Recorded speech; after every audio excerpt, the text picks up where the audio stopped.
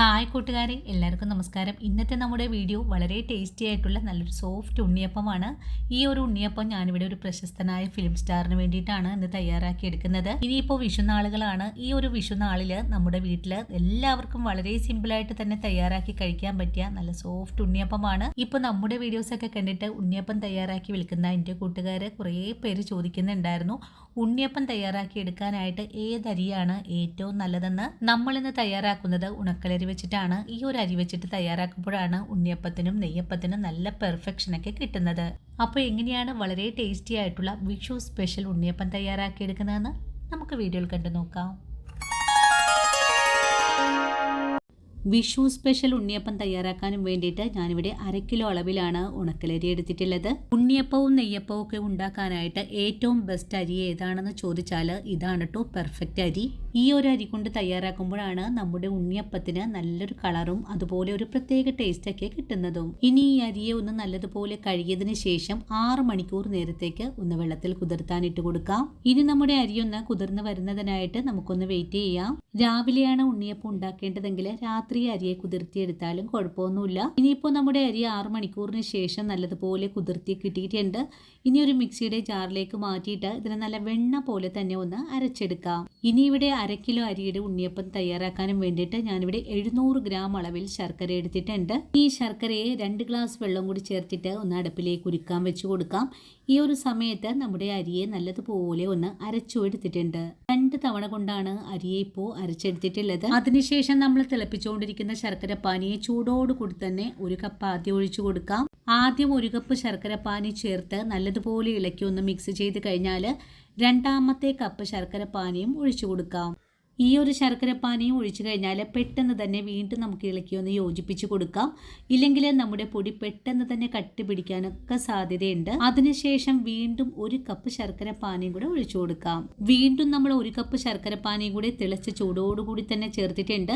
അതിനുശേഷം ഒന്നുകൂടി ഇതുപോലെ ഒന്ന് മിക്സ് ചെയ്തെടുത്തിട്ടുണ്ട്. മാവിനെ കട്ടകളൊന്നും ഇല്ലാതെ നല്ല രീതിയിൽ തന്നെ ഒന്ന് മിക്സ് ചെയ്തെടുത്തിട്ടുണ്ട്. അതിനുശേഷം 1/2 കപ്പ് അളവില് മൈദപ്പൊടിയാണ് ഇതിലേക്ക് ചേർത്ത് കൊടുക്കുന്നത്. ഞാനിവിടെ നമ്മൾ ശർക്കരപ്പാനി ഒഴിച്ച അതേ ചൂടിൽ തന്നെയാണ് മൈദപ്പൊടിയും ചേർത്ത് കൊടുക്കുന്നത്.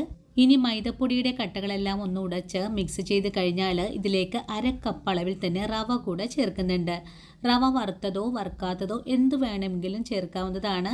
ഇനിയിപ്പോൾ റവയും കൂടി ചേർത്ത് ഒന്നുകൂടി മിക്സ് ചെയ്ത് കഴിഞ്ഞിട്ടുണ്ട്. ഈ സമയത്ത് മാവിന് മധുരം കുറവാണെങ്കിൽ കുറച്ചുകൂടെയൊക്കെ ശർക്കരപ്പാനി ചേർക്കാവുന്നതാണ്. നമ്മുടെ ഉണ്ണിയപ്പത്തിന് ആവശ്യമായ മധുരമാണ് ഉള്ളത്. ഇനിയിപ്പോൾ നമ്മുടെ ഉണ്ണിയപ്പത്തിന്റെ മിക്സിംഗ് ഒക്കെ കഴിഞ്ഞിട്ടുണ്ട്. അതിനുശേഷം നമുക്കൊരു ചേരുവ കൂടെ ഇതിലേക്ക് ചേർക്കണം. ഇനി നമുക്ക് വേണ്ടത് പഴം വരട്ടിയതാണ്. ഞാനിവിടെ നേരത്തെ തന്നെ തയ്യാറാക്കി മാറ്റി വെച്ചിട്ടുള്ളതുമാണ്. നിങ്ങളുടെ കൈവശം പഴം വരട്ടിയതില്ലെങ്കിൽ 3 പഴം ഈ ഒരു സമയത്ത് അരച്ച് ചേർക്കാവുന്നതാണ്. ഏത്തപ്പഴമോ പാളയം കോടം പഴമോ ചേർക്കാവുന്നതാണ്. പഴം അരച്ചെടുക്കുമ്പോൾ അതിലേക്ക് ഏലക്കയും ചുക്കും കൂടി ചേർത്ത് വേണം അരച്ചെടുക്കാനായിട്ടും. ഇനിയിപ്പോൾ പഴം വരട്ടിയത് കൂടി ചേർത്തിട്ട് മാവിന് നല്ലതുപോലെ ഒന്ന് മിക്സ് ചെയ്ത് കഴിഞ്ഞിട്ടുണ്ട്. ഇനി ഇതിലേക്ക് 1 നുള്ളുപ്പും കൂടി ചേർക്കാം. ഈ സമയത്ത് 2 ടേബിൾ സ്പൂൺ നെയ്യിൽ 1/2 കപ്പ് തേങ്ങാക്കൊത്തും എള്ളും കൂടി ചേർത്തൊന്ന് ഫ്രൈ ചെയ്ത് മാറ്റി വെച്ചിട്ടുള്ളതാണ്. അതിനുശേഷം നമുക്കൊരു 1/4 കപ്പ് പഞ്ചസാര കൂടെ ചേർക്കാം. പഞ്ചസാരയും കൂടി ചേർത്ത് ഒന്നുകൂടെ മിക്സ് ചെയ്തെടുക്കുന്നുണ്ട്. ഇപ്പോൾ നമ്മുടെ മാവിന്റെ മിക്സിംഗ് എല്ലാം കഴിഞ്ഞിട്ടുണ്ട്. അതുപോലെ ഞാൻ ഈ അരിയെ അരച്ചെടുത്തപ്പോൾ അതിലേക്ക് ഒരു 8 ഏലക്ക കൂടി അരച്ച് ചേർത്തിട്ടുണ്ടായിരുന്നു. നിങ്ങളുടെ കൈവശം ഏലക്ക പൊടി ഉണ്ടെങ്കിൽ ഈ ഒരു സമയത്ത് ചേർക്കാവുന്നതാണ്. ഇനിയിപ്പോൾ ജീരകമൊക്കെ ചേർക്കാൻ താല്പര്യമുള്ള ആൾക്കാരാണെങ്കിലും ഈ ഒരു സമയത്ത് തന്നെ ചേർക്കാവുന്നതാണ്. ഇതാണ് നമ്മുടെ മാവിന്റെ കറക്റ്റ് ആയിട്ടുള്ള പാകം. മുകളിലേക്ക് കോരി ഒഴിച്ചാൽ മാവ് ഒരു തരി പോലും മുറിഞ്ഞു വീഴാത്ത രീതിയിലായിരിക്കണം. അതുപോലെ നമ്മൾ മാവ് കോരി ഇതുപോലെ മറിച്ച് നോക്കുമ്പോൾ നമ്മുടെ കയ്യിൽ ഒട്ടിപ്പിടിച്ച രീതിയിലേക്ക് മാവ് ഉണ്ടെങ്കിൽ പെർഫെക്റ്റ് ആയിട്ട് നമ്മുടെ മാവിനെ കുഴിച്ച് കഴിഞ്ഞിട്ടുണ്ട്. ഇനി ഈ മാവിലേക്ക് നമ്മൾ ഫ്രൈ ചെയ്ത് വെച്ചിട്ടുള്ള തേങ്ങാക്കൊത്തും എള്ളും നെയ്യും കൂടി ചേർത്ത് ഒന്നുകൂടി മിക്സ് ചെയ്ത് കഴിഞ്ഞാൽ നമ്മുടെ ഉണ്ണിയപ്പത്തിന്റെ മാവ് ഇവിടെ റെഡിയാണ്. നിങ്ങൾക്ക് വേണമെങ്കിൽ ഒരു 10 മിനിറ്റ് നേരം ഒന്ന് റെസ്റ്റ് ചെയ്യാനൊക്കെ വെച്ച് കൊടുക്കാം. ഞാനിപ്പോൾ റെസ്റ്റ് ചെയ്യാനൊന്നും വെച്ച് കൊടുക്കുന്നില്ല. ഉടൻ തന്നെ ഉണ്ണിയപ്പം തയ്യാറാക്കാൻ പോവുകയാണ്. ഇനി ചൂടായ ഉണ്ണിയപ്പ ചട്ടിയിലേക്ക് വെളിച്ചെണ്ണ ഒഴിച്ചു കൊടുക്കാം. വെളിച്ചെണ്ണ നല്ലതുപോലെ ചൂടായി വരുമ്പോൾ ഫ്ലെയിം സിമ്മിലേക്ക് വെച്ച് കൊടുത്തിട്ട് മാവിനെ കോരി ഒഴിച്ചു കൊടുക്കാം. മാവിനെ കോരി ഒഴിച്ചു കൊടുക്കുമ്പോൾ ചെറിയ തീയിൽ വെച്ച് വേണം, അല്ലെങ്കിൽ പെട്ടെന്ന് തന്നെ വീർത്ത് പൊട്ടി വരാനൊക്കെ സാധ്യത കൂടുതലാണ്. നമ്മുടെ ഉണ്ണിയപ്പം നല്ല പെർഫെക്റ്റ് ആയിട്ട് തന്നെ നമുക്കിവിടെ വെന്തൊക്കെ കിട്ടിയിട്ടുണ്ട്.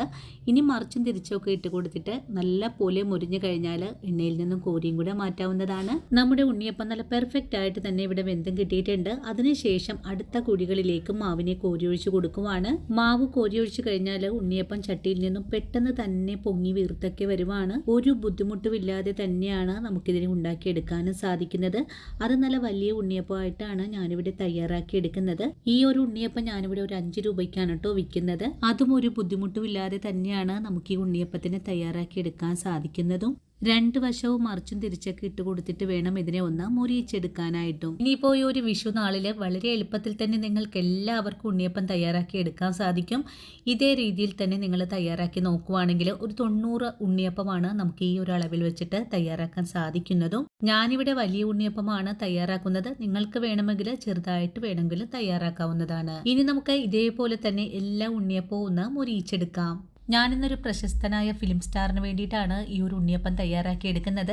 അദ്ദേഹത്തിന് നല്ല മുരിഞ്ഞ ഉണ്ണിയപ്പത്തിനോടാണ് താല്പര്യം. അതുകൊണ്ടാണ് ഞാൻ നല്ല മുരിച്ച് തന്നെ ഉണ്ണിയപ്പം തയ്യാറാക്കിയിട്ടുള്ളത്. നിങ്ങൾക്ക് ഇത്രയും മുരിച്ചെടുക്കാൻ താല്പര്യമില്ലെങ്കിൽ ഒന്ന് മുരിഞ്ഞ് തുടങ്ങുമ്പോൾ തന്നെ കോരി മാറ്റാവുന്നതുമാണ്. അപ്പോൾ കണ്ടല്ലോ കൂട്ടുകാരെ, വളരെ പെർഫെക്റ്റ് ആയിട്ട് തന്നെ തയ്യാറാക്കി എടുത്തിട്ടില്ല നല്ല ഗുണ്ടുമണി ഉണ്ണിയപ്പം. നമ്മൾ ചെയ്യുന്ന ഏതൊരു ജോലിയോടും അതിൻ്റെതായ സ്നേഹവും ആത്മാർത്ഥതയും ഉണ്ടെങ്കിൽ നമ്മൾ ചെയ്യുന്ന ഫുഡിനും അതുപോലെ തന്നെ നല്ല ടേസ്റ്റും ഉണ്ടാകും. അങ്ങനെ സന്തോഷത്തോടു കൂടി നമ്മൾ ചെയ്തെടുക്കുമ്പോഴാണ് നമ്മളെ തേടി പ്രഗത്ഭനും പ്രശസ്തരും നമ്മുടെ അടുത്തേക്ക് എത്തുന്നത്. അപ്പോൾ ഇന്നത്തെ നമ്മുടെ വീഡിയോ ഇത്രയുള്ളൂ കൂട്ടുകാരെ. ഈ ഒരു വീഡിയോയും എൻ്റെ കൂട്ടുകാർക്ക് ഒരുപോലെ തന്നെ ഇഷ്ടമായിട്ടുണ്ടെങ്കിൽ തീർച്ചയായിട്ടും ഈ ഒരു വിഷു നാളിൽ എല്ലാവരും വീട്ടിൽ ട്രൈ ചെയ്ത് നോക്കിക്കോളൂ.